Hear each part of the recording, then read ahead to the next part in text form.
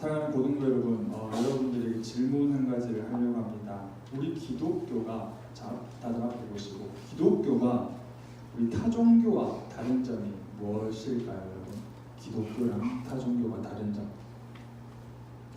생각나는 대로 얘기해 주십니다. 너무 많죠? 네? 그렇죠.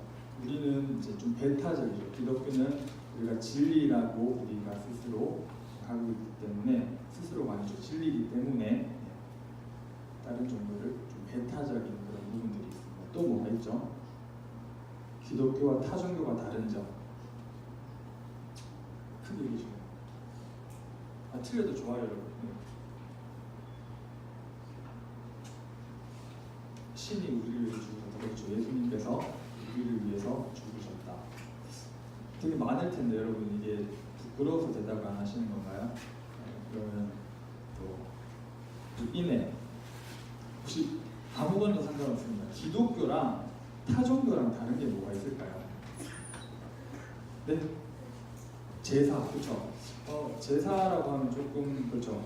인해가 말하는 제사는 귀신에게 드리는, 조상에게 드리는 그런 제사를 얘기하는데, 우리는 그렇게 드리지 않죠. 구약에서는 하나님께 드리는 제사는 있었습니다. 그런데 그 제사랑 그런 귀신들에게 드리는 제사는 전혀 다른 거죠. 사실은 너무나 다른 것이 많습니다. 일단 신이 다르잖아요. 그렇죠? 우리는 하나님을 믿고, 이슬람교는 그렇죠. 이슬람교의 신을 믿고, 타종교는 타종교의 신을 믿고, 일단 신이 다르고요. 그리고 뭐 여러 가지가 있죠. 방법이 다릅니다. 그 신에 대한 예배드리는 방법이 다릅니다. 우리는 이렇게 예배를 드리고요. 이렇게 또 공예배로 드리고, 또 이슬람교, 뭐 불교 이런 데도, 천주교는 미사로 드리고, 되게 여러 가지 방법들이 있죠. 근데 이 기독교와 타종교가 다른 점이 너무나 많은데, 그 중에서 가장 핵심이 무엇이냐? 기독교랑 타종교랑 구분짓는 가장 큰 차이점이 무엇이냐라고 했을 때, 저는 아마 복음이 아닐까 생각을 합니다. 복음. 기독교는요, 복음을 믿고 복음을 전하는 종교입니다. 그래서 여러분들이 교회에 나오면은 가장 많이 듣는 단어 중에 하나가 복음이라는 단어가 있어요. 그렇죠?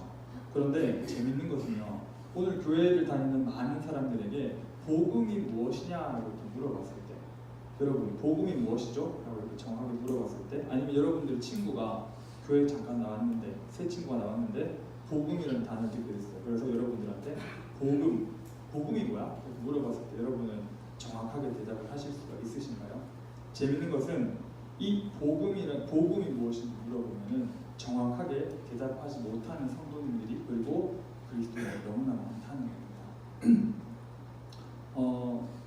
얘기는 할 수 있겠죠. 자기가 그동안 교회를 다니면서 배워왔던 많은 것들을 장황하게 설명할 수도 있겠고, 자기가 느낀 하나님, 자기가 알고 있는 복음을 설명할 수도 있는데, 중요한 것은 이 복음을 궁금해하는 불신자나 복음을 궁금해하는 예수님을 모르는, 복음을 모르는 친구들이 질문을 했을 때, 만약에 우리가 이 복음이 정확한 게 내 스스로에서 확신이 있고, 그리고 그 기쁨이 있고, 그것을 제대로 대답하지 못한다면 그 친구에게 복음을 전하는 어떤 그런 기회를 한번 손실되는 거나 마찬가지죠. 그렇기 때문에 여러분들 바르게 믿고, 바르게 생활하고, 바르게 교회 생활하는 것도 중요하지만, 바르게 믿는 것도, 바르게 아는 것도 너무나 중요하다는 사실 꼭 기억을 하셨으면 좋겠습니다.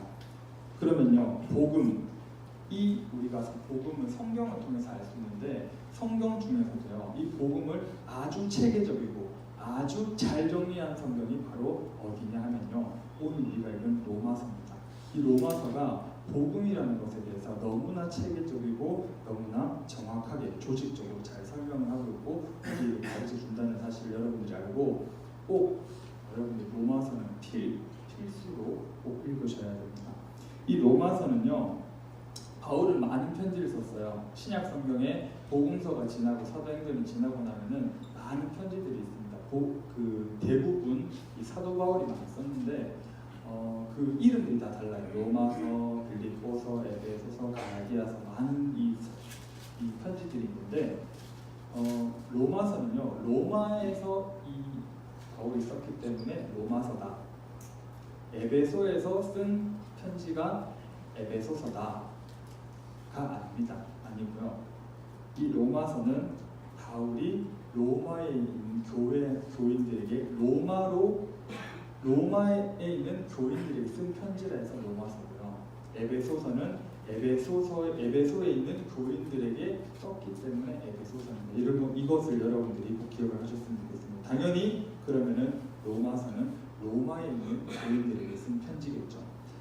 당시에 로마의 그리스도인들은요, 되게 부유한 사람들이 아니었다고 합니다.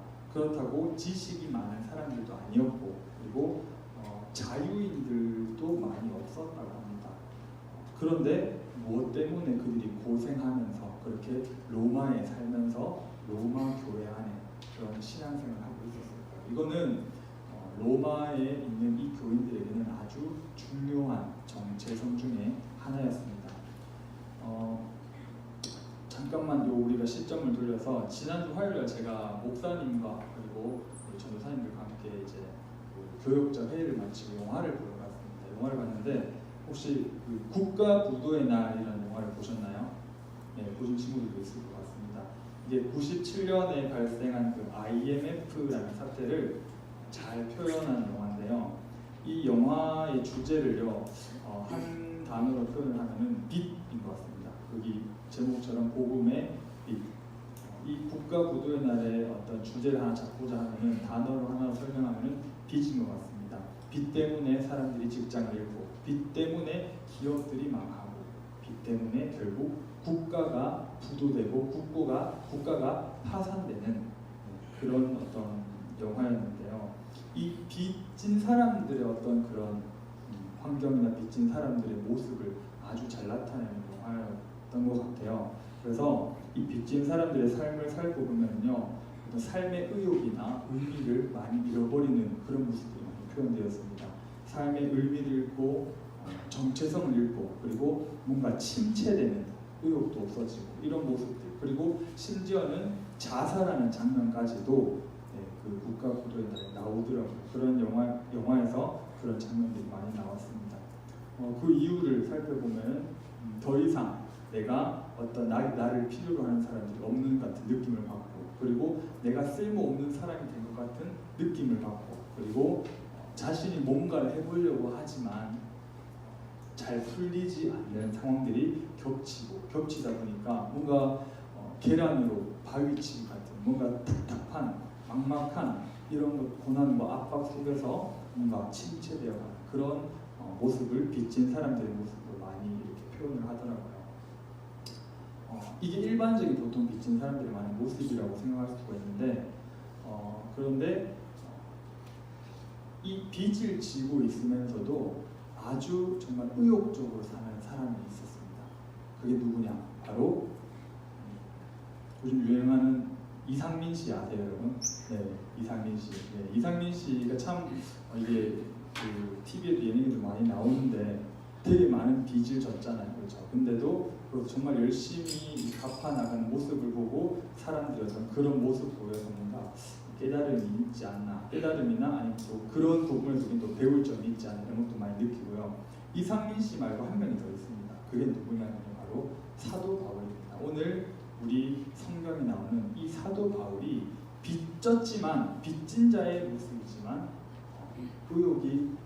의욕이나 삶의 의미가 침체되거나 무너지는 것이 아니라 오히려 더 의욕적이고 오히려 더 생생하게 그렇게 살아가는 그런 사람이 사도 바울이었습니다. 사도 바울은요, 돈도 없고 권력도 없었습니다. 하지만 모든 사람에게 필요한 것이 자신에게 있다는 것을 사도 바울은 알았습니다. 그것이 바로 무엇이냐면요, 복음이었습니다. 이 복음의 빚진 자라는 표현을 사도 바울이 했는데요, 이 복음의 빚진 자라는 표현 자체가 사실은 어떤 두 가지 모순된 표현이 섞여 있습니다. 뭐냐면요, 빚진 자라는 표현은요, 일단 다른 사람에 대해서 내가 뭔가 갚아야 할 의무가 있는 채무자를 우리가 빚진 자라고 얘기하죠. 예. 그래서 뭐 예를 들어서 요즘은 뭐 카드 같은 것들이나 뭐 대출이나 이런 거 잘 못 받으면은 빚이 생기고, 그 빚을 갚기 위해서 노력하고, 또한 빚이 쌓이고 어떤 잘 못 갚는 경우에는 어떤 회사나 그런 어떤 업체로부터 이제 독촉을 받고 그런 것들, 그리고 더 나아가서 뭐 그 빚을 갚기 위해서 잘못된 방향으로 나아가면 범죄를 저지르는 경우도 있죠. 뭐 이런 것들이 어떤 빚진 자에 대한 어떤 일반적인 모습이랄까 그런 부분도 많이 있겠죠. 그런데 하지만 사도 바울의 빚은요 돈을 빌렸었거나 카드를 써서 받은 빚이 아니었습니다. 그게 아니라 그의 빚은 복음 때문에 생긴 빚이었습니다. 사실은요 이 사도 바울에게만 이 빚이 있는 게 아니죠. 엄청난 사도 바울에게는 빚만 있는 것이 아니라 엄청난 또 재산이 있었어요. 그게 뭐냐면 복음이에요. 복음은 빚도 되겠지만 복음은 또 자기가 가지고 있는 하나의 엄청난 재산이 되게 됐습니다. 그래서 복음의 빚진 자라는 표현은 되게 두 가지 모순된 표현이 섞인 거죠. 복음이 나의 가장 큰 재산이기도 하지만 나는 복음의 빚진 자이기 때문에 그런 표현을 사도 바울이 했습니다. 그러면 이 사도 바울은요 누구에게 과연 빚을 졌을까요? 누구에게? 사도 바울은 누구에게? 예수님에게 빚을 졌습니다. 무한한 빚을 졌죠.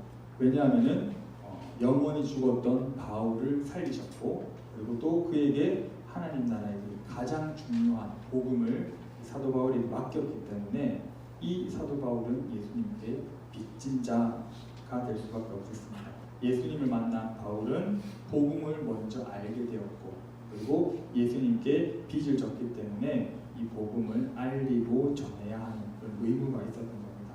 우리도 마찬가지입니다. 예수님께서 바울에게 하신 것과 마찬가지로 우리도 다른 영혼들에게 빚을 지고 있다는 거죠. 그래서 다른 사람들 다 내팽개치고 우리 가족만 잘 믿고 잘 살아서 구원받아야지 이런 마음을 가지고 있다면 여러분 이거는 하나님께서 우리에게 주신 그런 것들에 아주 배은망덕한 일이겠죠. 우리는 빚진 자인데 그 빚을 떼어먹는 배은망덕한 사람들이 되는 겁니다. 그리스도인들은요 자기가 좋아하는 자기랑 잘 통하는 사람만 지낼 수는 없습니다. 왜냐하면 우리를 필요로 하는 사람들에게 복음을 필요로 하는 사람들에게 예수님을 알기를 원하는 사람들에게 우리는 복음을 전해야 될 의무가 있기 때문이죠.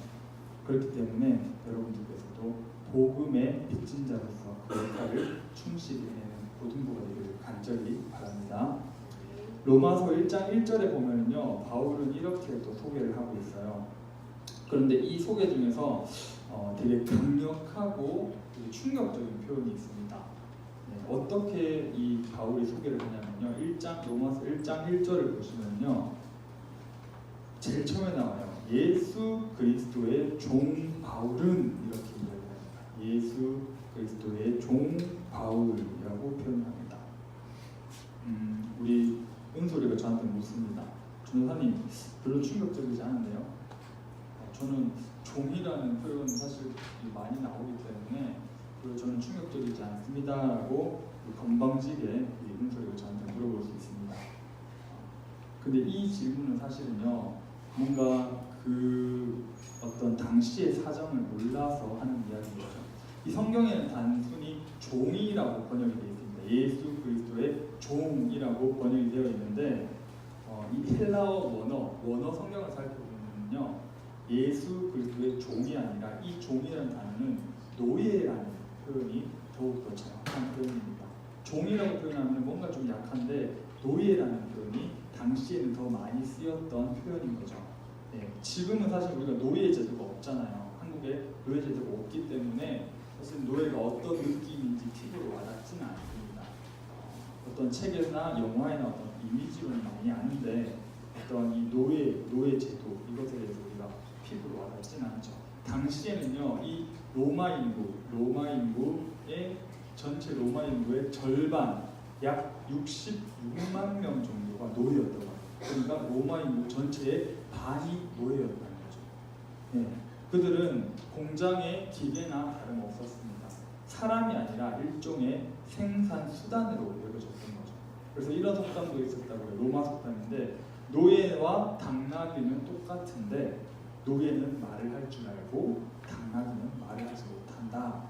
그러니까 사람인데 인간 대접을 전혀 못 받았던 그런 존재들이 바로 노예였던 거죠.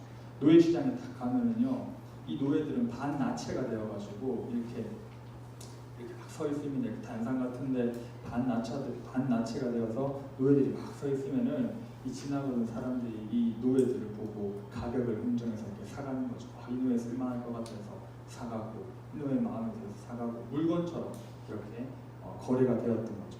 그리고 집에 데려가요. 집에 데려가면은 이미 이 노예들한테는 이 귓볼이 다 뚫려 있었다고 합니다. 이 귓볼이 다 뚫려 있어서 예를 들어서 제가 이제 노예고 만약에 우리 김도훈 집사님께서 주인이다. 그러면 이제 저를 이제 사서 가는 거죠. 가서 김도훈이라고 적힌 이런 귀걸이를 저한테 탁 이렇게 걸어주는 거예요. 그러면은 저는 김도훈 집사님의 종이 되는 거죠. 노예가 되는 거죠. 이런 식으로 노예와 노예 제도가 그렇게 유지가 되고 이렇게 되었던 거죠. 노예는요 자기 이름도 없었습니다. 자기 생각도 없었겠죠. 자기 의지나 꿈이나 계획을 가질 상상조차 못했을 겁니다. 그냥 말을 할 줄 아는 하나의 짐승처럼, 하나의 물건처럼 그렇게 주인의 도구에밖에 지나지 않았던 게 이 노예라는 어떤 단어에 그 당시 있었던 이미지입니다. 이런 상황에서 바울은 로마 교인들한테 뭐라고 얘기하냐? 예수 그리스도의 노예 나 바울은 이렇게 이야기합니다. 정말 놀랍죠. 이 노예라는 것을 알고 나니까 예수 그리스도의 노예 나 바울은이라고 해도 로마인들한테 설명한 것 자체가 엄청난 충격적인 표현이었죠. 왜냐하면요, 바울은 사실 여러분 되게 똑똑한 사람이었습니다. 바울은요 정말 똑똑한 사람이었습니다. 한국으로 치면 정말 서울대 나와서 석박사 다 거치고 되게 유명한 그런 석학이었고, 그리고 사람들이 인정한 학자였습니다. 그리고 로마의 시민권을 가지고 있는 시민이었어요. 이 로마의 시민권은 지금 미국의 시민권이랑 비교도 안 될 만큼 엄청난 시민권이었습니다. 이렇게 자랑할 것이 많은 이 바울이요, 그런 것들 하나도 자랑하지 않고 나 예수 그리스도의 노예 바울은이라고 이렇게 자기를 예수님의 노예가 더 자랑스러운 자기의 모습으로 이렇게 소개를 했던 거죠. 누군가 시켜서 바울에게 야, 너 예수 그리스도 노예해 이렇게 이야기를 한 것이 아니라는 거죠. 사실은 바울이 이 다메섹으로 가는 도상에서 강제적으로 예수님이 만나주실 건 맞아요. 강제적으로 예수님께서 딱 하고 만나주셨는데 이 당시에는 이 바울이 예수님을 잘 안 믿는 사람들 가둬가지고 죽이고 감옥에 가두고 이런 것들의 어떤 증오가 엄청 가득 찼던 사람들이, 근데 예수님께서 다메섹으로 가는 길에서 만나주셨을 때 그 마음이 눈 녹듯이 녹아내리고 정말 반항조차 할 수 없는, 예수님께서 너는 나의 택한 그릇이다 라고 이야기를 했을 때 정말 반항조차 할 수 없는 어떤 그런 상태로 바울은 된 거죠. 그러면서 예수님을 더욱 알고 성경을 읽으면서 예수님의 뜻을 더욱더 알고 경험하면서 결국은 이렇게 바뀌는 겁니다. 나는 예수 그리스도의 노예다 라고 자발적이고 자원하는 신념으로 이렇게 바울은 바뀌게 된 거죠. 바울은 언제부터 그렇게 변했을까요? 예수님을 만난 뒤. 그것이 바로 복음이 바울에게 들어오고 나서부터 바울은 단번에 그리고 또 서서히 바뀌어 왔던 것입니다. 바울이 확인한 이 하나님의 복음은요 무엇이냐면요 바로 예수 그리스도였습니다. 바울은 그래서 이 로마서를 통해서 로마 교인들에게 복음이 무엇인지에 대해서 이야기를 합니다. 제가 아까 초반에 말씀드렸던 거, 복음이 뭐냐고 물었을 때 우리는 대답을 할 줄 알아야 된다고 얘기했죠. 그래서 그것을 크게 두 가지로 바울은 로마서에서 복음이 뭔지에 대해서 정의를 정확하게 해주고 있습니다. 한 장만 넘겨주세요. 1장 2절입니다. 다 같이 한번 읽어볼까요? 1장 2절 시작. 이 복음은 하나님이 선지자들을 통하여 그의 아들에 관하여 성경에 미리 약속하신 것이라. 아멘. 복음의 정의가 첫 번째 정의가 나왔네요. 하나님이 선지자들을 통하여 그의 아들이 누구죠? 예수님에 관하여 성경에 미리 약속하신 것이 복음이다라고 이렇게 정의를 하고 있습니다. 복음의 첫 번째 정의, 예수님에 대한 소식이 바로 복음인 거죠. 구약 성경에서부터요, 이 신약 성경에까지 예수님에 대한 말했던 모든 예언과 모든 그런 말씀들이 이 구약성에서 말했던 많은 예수님에 대한 그런 말씀들이 신약 성경에서 다 이루어지는 그런 것들을 보면요, 정말 성경이라는 것이 인간의 글이 아니라 정말 하나님의 말씀이라는 것을 정말 느낄 수 있는 그런 성경인 거죠. 한 장만 더 넘겨주세요. 아주 많은 약속들이 있는데 제가 몇 가지만 추스려서 말씀드리면, 창세기 3장 15절에는 예수님이 여인의 후손으로 오실 것, 사무엘하에는 예수님이 다윗의 후손으로 오실 것, 미가 5장 2절에는요 예수님이 어디서 태어나는 장소까지 말해줍니다. 몇천 년 전에 베들레헴이라고 얘기해주죠. 그리고 이사야 53장에는 예수님께서 죽으심을 예언하고, 시편 22편에는 예수님이 십자가에 달릴 때 이 옷이 가를나서 제비 뽑힐 것이라는 이것조차도 시편 22편에 예언을 합니다. 다 이루어졌죠. 그리고 말라기 3장 1절에 보면 예수님 오시기 전에 세례 요한이 와서, 선지자가 와서 예수님 길을 닦을 것이다, 이런 예언까지도 하나도 빠짐없이 다 이루어졌습니다. 네, 이런 말씀 말고 너무나 많죠. 이런 것들, 이것이 복음이라는 거죠. 예수님에 대한 말씀, 구약에서 복음은 예수님에 대한 예언과 말씀, 그리고 그것을 다 이루신 예수님, 그리고 앞으로 이루실 예수님, 이 모든 것들. 그러니까 복음은 뭐라고 정의할 수 있냐? 복음 자체가 예수 그리스도다라고 정의를 할 수가 있는 거죠. 두 번째 복음의 정의가 1장 16절에 나옵니다. 한 장만 넘겨주세요. 1장 16절에 이것도 한번 다 같이 한번 읽어볼게요. 두 번째 복음의 정의가 나옵니다. 시작. 내가 복음을 부끄러워하지 아니하노니 이 복음은 모든 믿는 자에게 구원을 주시는 하나님의 능력이 됨이라. 먼저는 유대인에게요 그리고 헬라인에게보다. 아멘. 하나님은 예수님을 믿는 모든 자에게 구원을 주십니다.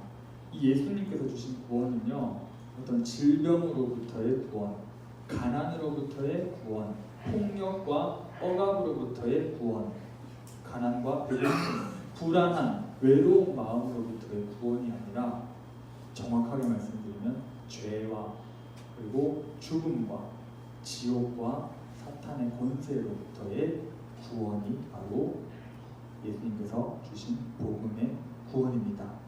다시 한 번 더, 죄와 죽음과 지옥과 사탄의 권세로부터 우리를 구원해 주신 것이 바로 예수님께서 우리 주신 구원입니다. 이 구원, 이 복음이 모든 믿는 자에게 이러한 구원을 주시는 하나님의 능력이라고 바울은 복음에 대해서 정의를 하고 있다는 겁니다. 사랑하는 고등부 여러분, 여러분은 구원 받으셨습니까? 아멘 소리가 약한데요. 다시 한번, 이게 시인하고 고백하는 것에 붙어서 우리가 믿음이 나오기 때문에 제가 여러분들께 항상 구원의 확신을 가지라고 말씀을 드리잖아요. 나는 내 스스로는 너무나 삶이 부족하고 연약하지만 내 힘으로 구원받는 것이 아니기 때문에 우리는 더욱더 구원의 확신이 있어야 됩니다. 다시 한번 볼게요. 여러분은 구원 받으셨습니까? 네. 그러면 여러분 구원이 무엇인지부터 알아야 되겠죠. 로마서 1장 17절에 나와 있습니다. 한 장 넘겨주세요. 복음에는 하나님의 의가 나타나서 믿음으로 믿음에 이르게 하나니 기록된 바 오직 의인은 믿음으로 말미암아 살리라 함과 같으니라. 아멘. 구원은 예수님을 믿어서 하나님께 의롭다 인정받는 것이 바로 구원입니다. 우리는 죄인이기 때문에 그 죄 때문에 원래는요 결국 심판을 받아야 할 존재고요, 형벌을 받아야 합니다. 그 심판과 형벌이 바로 죽음이죠. 육적인 죽음과 영적인 죽음입니다. 우리는 죄 때문에, 죄인이기 때문에 심판과 형벌을 받을 수밖에 없는 존재인데, 우리의 공로나 우리의 노력이나 우리의 힘이 아니라 예수 그리스도의 의로서, 예수 그리스도께서 우리를 위하여 십자가에 대속하여 돌아가심으로써 우리가 그 예수 그리스도의 공로와 의로 우리는 결국 하나님께서 우리를 의롭다 칭함을 받는 것이 바로 구원이라는 겁니다. 하나님께서, 우리는 죄인이지만 하나님께서 예수 그리스도의 의로 우리가 의롭다라고 판결을 땅땅땅 해주시는 게 바로 구원이라는 거죠. 우리는 그렇기 때문에 결국에는 구원을 받았고, 그렇죠? 복음의 빚진 자가, 예수님 때문에 복음의 빚진 자가 된다는 말입니다. 복음은 이런 구원에 대한 능력이 있다고 하죠. 그럼 우리가 앞으로 복음을 믿어야 할까요? 말아야 할까요? 복음을 전해야 할까요? 말아야 할까요? 말씀을 정리하겠습니다. 사도 바울처럼 우리는 복음의 빚진 자들입니다. 복음은 무엇이냐? 첫째, 복음은 예수 그리스도입니다. 예수님을 구약에서부터 신약에 이르기까지 예언된 모든 것을 이루시고 성취한 것이 바로, 그리고 앞으로 이루실 것이 바로 복음입니다. 둘째, 그런 예수님을 믿는 사람들에게 구원을 주시는 것이, 구원을 주시는 하나님의 능력이 바로 복음입니다. 우리는 죄 때문에 영원히 죽었지만 그런 죄 가운데서 건지셔서 예수 그리스도의 의로서 의롭다 칭하심을 해주시는 이것이 바로 구원이고, 이 구원의 능력이 바로 복음이 있다는 것을 여러분들께서 꼭 기억을 해주시고, 이거는 꼭 믿고 우리가 확신을 가져야 합니다. 우리가 이런 복음을 받았기 때문에, 우리는 이런 구원을 받았기 때문에 우리는 복음의 빚진 자들입니다. 그러므로 우리만 마냥 앉아서 이렇게 히히거릴 수는 없어요. 우리만 마냥 이렇게 앉아서 헤헤거릴 수는 없습니다. 어떻게든 주위 사람들에게, 가족들에게, 친구들에게, 밑장의 모든 사람들에게 복음을 전하는 모든 수가 되길 간절히 바랍니다. 말로, 행동으로, 삶으로 전하시길 바랍니다. 복음에 배은망덕한 사람들이 되지 않기를 바랍니다. 이것이 우리의 사명입니다. 사랑하는 고등부 여러분, 당당하게 복음의 빚진 자로서 또 예수 그리스도의 노예로서 그 사명을 잘 감당하시기